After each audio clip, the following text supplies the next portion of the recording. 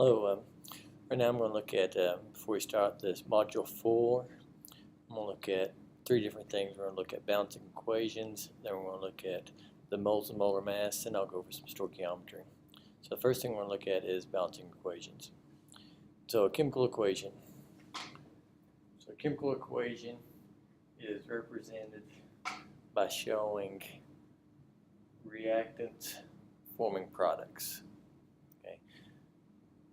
The subscripts indicate how many atoms you have in that molecule. So this is showing that for a hydrogen molecule, it's a diatomic molecule, you have 2 hydrogen atoms. Likewise with water, the H2O, it's indicating that you have 2 hydrogen atoms, 1 oxygen atom per water molecule. The coefficient in front represents how many of those molecules you have. So this is saying you have 2 water molecules. And so in your equation, the elements on the left are your reactants, on the right your products. Sometimes you'll see parentheses indicating the state, the physical state of the substance. So it could be solid, liquid, gas, or an aqueous solution.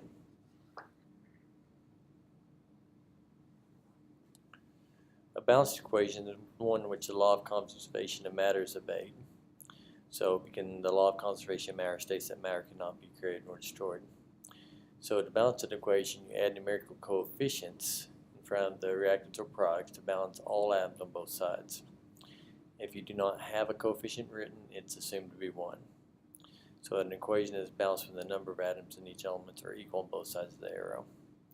So if we look at this one, it's a balanced equation saying that 2 sodium hydroxide combines with 1 sulfuric acid to make 1 sodium sulfate and 2 water molecules.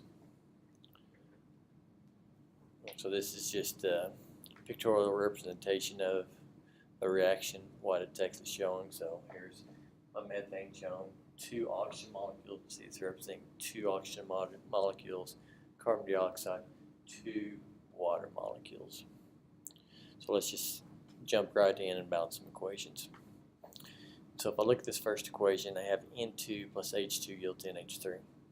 And so that equation is not balanced because on one side I have 2 nitrogen atoms, the other one I only have 1 nitrogen atom. So the law of conservation of matter is not obeyed there. So one of the best ways to balance equations is to start someplace where you have a larger number of it and balance it on both sides.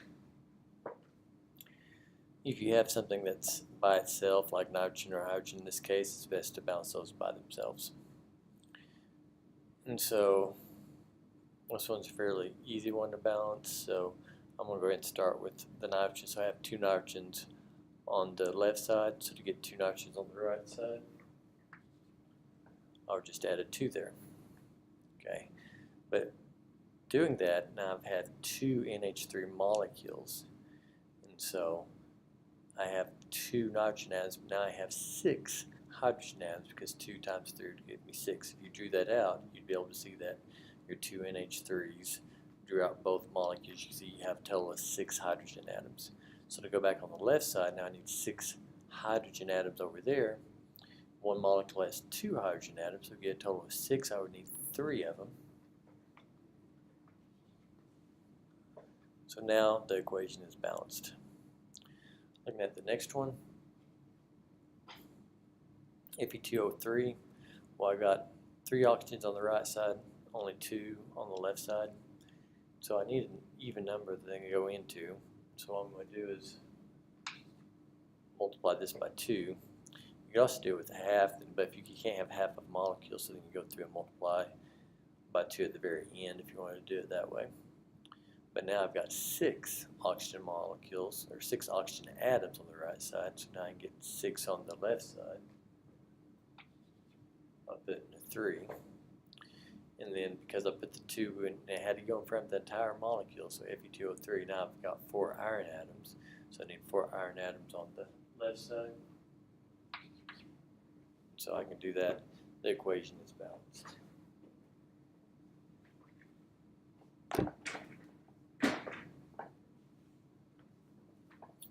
Let's look at this next one. So So I have C6H12O6 plus oxygen yields carbon dioxide plus water. And so this is a combustion reaction.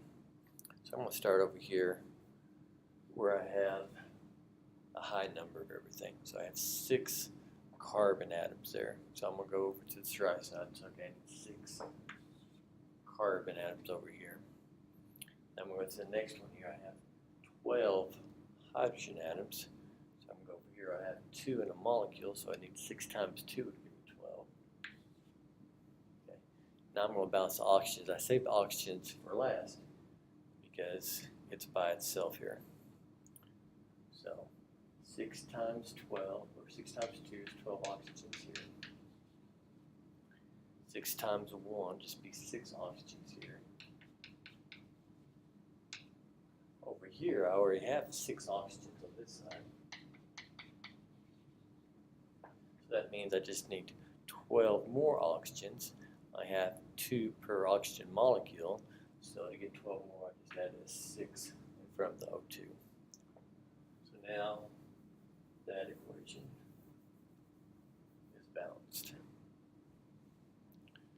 So let's look at the next one. Mg plus O2 yields MgO. Okay, so again, the one with the highest number is oxygen. I'm going to start there. So I have 2 oxygens on the left side, get 2 on the right side. I'll put that coefficient.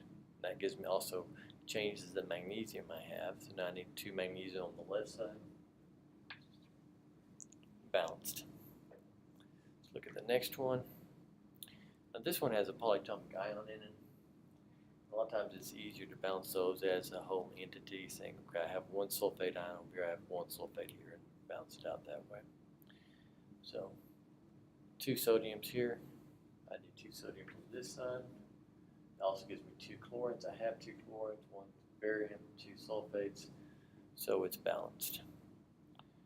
Last one, CH4. So the carbons are balanced on both sides. Look at that hydrogen.